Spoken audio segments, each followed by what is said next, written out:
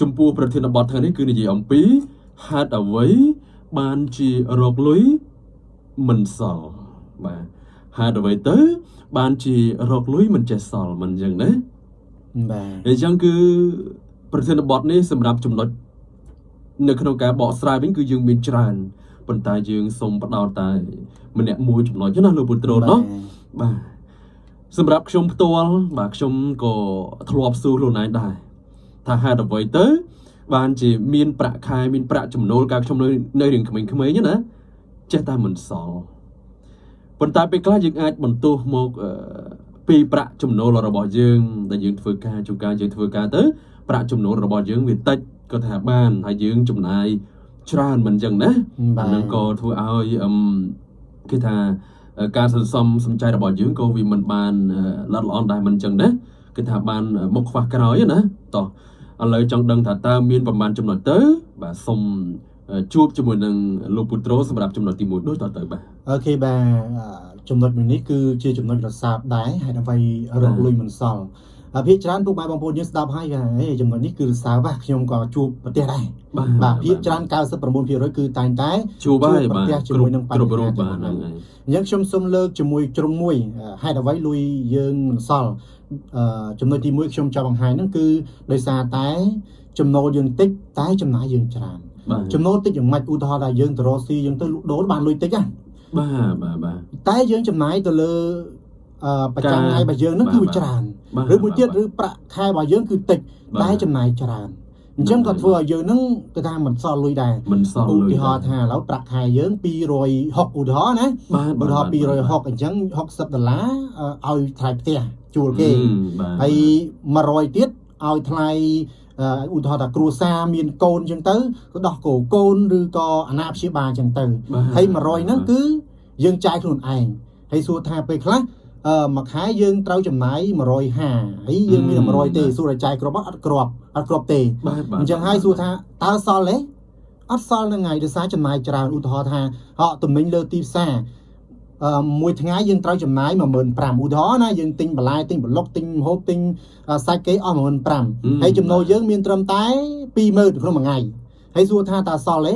ចម្លើយគឺអត់សល់ទេអត់សល់ទេអញ្ចឹងដើម្បីផ្លាស់ប្ដូរវាលុះត្រាតែយើងមានចំណូលច្រើនតបមក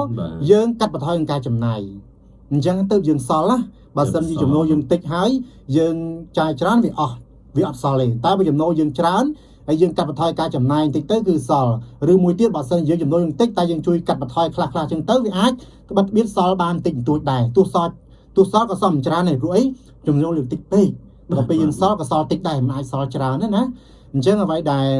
ជាចុងក្រោយក្នុងចំណុចនេះដោយសារតែចំណូលយើងតិចតែចំណាយយើងគឺទំហំធំបាទអាចនិយាយថាប្រាក់ខែ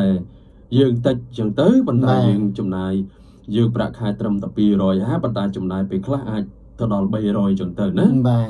អរគុណតោះឥឡូវចូលមកកាន់ចំណុចជាបន្តខ្ញុំចែករំលែកមួយចំណុចដែរគឺមូលហេតុអ្វីបានជាប្រាក់ចំណូលឬក៏លុយរបស់យើងវាមិនគេថាខ្ជាប់ខ្ជួនមិនអញ្ចឹងណាអញ្ចឹងអាចដោយសារតែការចំណាយដោយអារម្មណ៍របស់យើងការចំណាយដោយអារម្មណ៍ឃើញស្រាប់តែគេលក់វីដេអូតាមយើងលក្ខណៈថាអនឡាញអញ្ចឹងណាបាទម្សៅលេអញ្ចឹងទៅឬក៏របស់របរប្រើប្រាស់ផ្សេងណាបាទទម្លាក់លេទម្លាក់ទីតាំងអញ្ចឹងទៅហើយប្រាក់ខែរបស់យើងទៅ250ទៅណាបាទអញ្ចឹងអាចយើងចំណាយដោយអារម្មណ៍ឃើញចេះតែទិញណាតាមអារម្មណ៍ឃើញស្អាតឃើញស្រឡាញ់ចង់បានណាតាមអារម្មណ៍គេថាយើងមានសមត្ថភាពត្រឹមតែ250ប៉ុន្តែពេលខ្លះយើងចង់បានរបស់រៀងថ្លៃលើពីប្រាក់ខែរបស់យើងអានេះមានន័យថាយើងចំណាយដោយអារម្មណ៍មិនអញ្ចឹងណាបាទអញ្ចឹងធ្វើឲ្យការចំណាយនោះគឺទោះបីយើងខំសំយ៉ាងណាក៏ដោយគឺអត់សល់ទេដោយសារតែ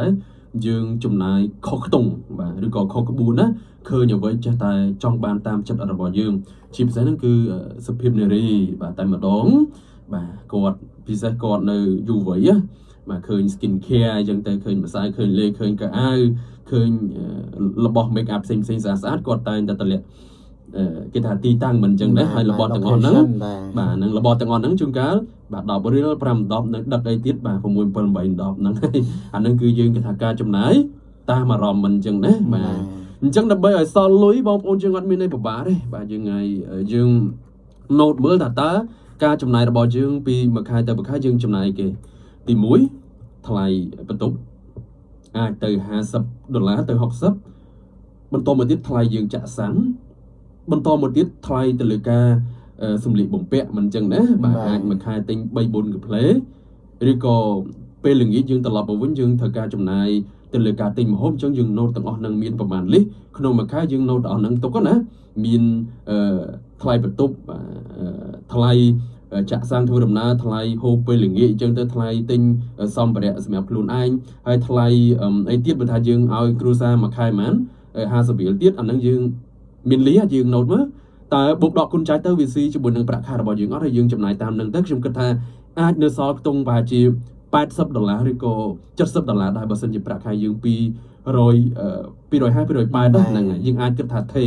ក្នុងមួយខែបងប្អូនយើងសល់ត្រឹមត$70 $80មិនដល់100ឬក៏ត្រឹមតែ100ចុះក្រោយខ្ញុំគិតថាបងប្អូនយើងទាំងអស់គ្នាពេលដែលឃើញលុយហ្នឹងគឺមានអារម្មណ៍ថាសប្បាយចិត្តមានន័យថាយើងរកទៅវារៀងសល់ដែរណាហ្នឹងហើយអញ្ចឹងអាហ្នឹងរកទៅឃើញលទ្ធផលនៃការសល់លុយ$50 $80គឺខ្ញុំគិតថាសប្បាយចិត្តប៉ុន្តែរកមកប្រាក់ខែ$700អីស្រាប់តែអត់តដល់ខែផងយើងឆាតខ្ចីលុយពូម៉ាអីអាហ្នឹងមកពីយើងអត់មានអាលីស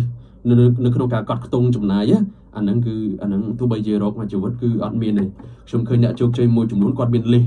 របស់គាត់នៅក្នុងការកត់ចំណាយចំណូលលើការប្រចាំថ្ងៃគាត់ត្រូវថិចមិនហ្នឹងហ្នឹងហើយខ្ញុំក៏អាសាអនុវត្តអា style ហ្នឹងដែរថាក្នុងមួយខែខ្ញុំចេញអីខ្លះជួនកាលសម្រាប់ខ្ញុំផ្ទាល់អាចសល់តែ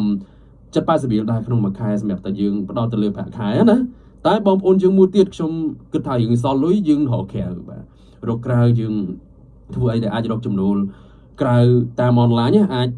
យើងរកបាន100ឬក៏200ឬក៏80រៀលទៀតអាហ្នឹងរត់ទៅសល់មិនអញ្ចឹងណាត្រូវអស់លើពេត្រូលបាទពឹងលើប្រាក់ខែមួយមុខអត់កើតទេណាត្រូវហើយអញ្ចឹងយើងអាចរកចំណូលខាងក្រៅយកមកទប់ទៅអាហ្នឹងអាចសល់អាចនឹងមួយខែយើងអាចសល់150ឬក៏200ទៅតាមអ្វីដែលយើងអាចរកបានតាមអនឡាញបាទអាហ្នឹងគេហៅឆ្លៀតណាបាទតែមិនអនឡាញល្បែងអនឡាញហ្គេមបញ្ជាក់បងប្អូនជើងណារកលុយតាមអនឡាញផ្សេងយើងគិតថាយើងប្រម៉ូទឬក៏ការ voice over ឬក៏ធ្វើជា MC ឬក៏ការរកលុយតាមប្រព័ន្ធ Facebook ឬក៏ YouTube អីហ្នឹង TikTok អីហ្នឹងអាហ្នឹងគេថារកតាមអនឡាញបាទមិនល្បែងអនឡាញភ្នាល់ចាក់បាល់ចាក់អីហ្នឹងយើងរកអាហ្នឹងខុសច្បាប់រកតាមអញ្ចឹងគឺវាអាក្រក់មើលណាបាទហ្នឹងមួយខែសល់តែ100ក៏សប្បាយចិត្តឬក៏80រៀលសម្រាប់ខ្ញុំគឺឲ្យតែបាននៅប៉ុណ្្នឹងក៏បើថាអត់ដល់លីងប្រាក់ខែ200 300អត់ដល់លីងតែខ្ញុំនឹងគេគ្មានអារម្មណ៍ចង់ធ្វើការទេបាទ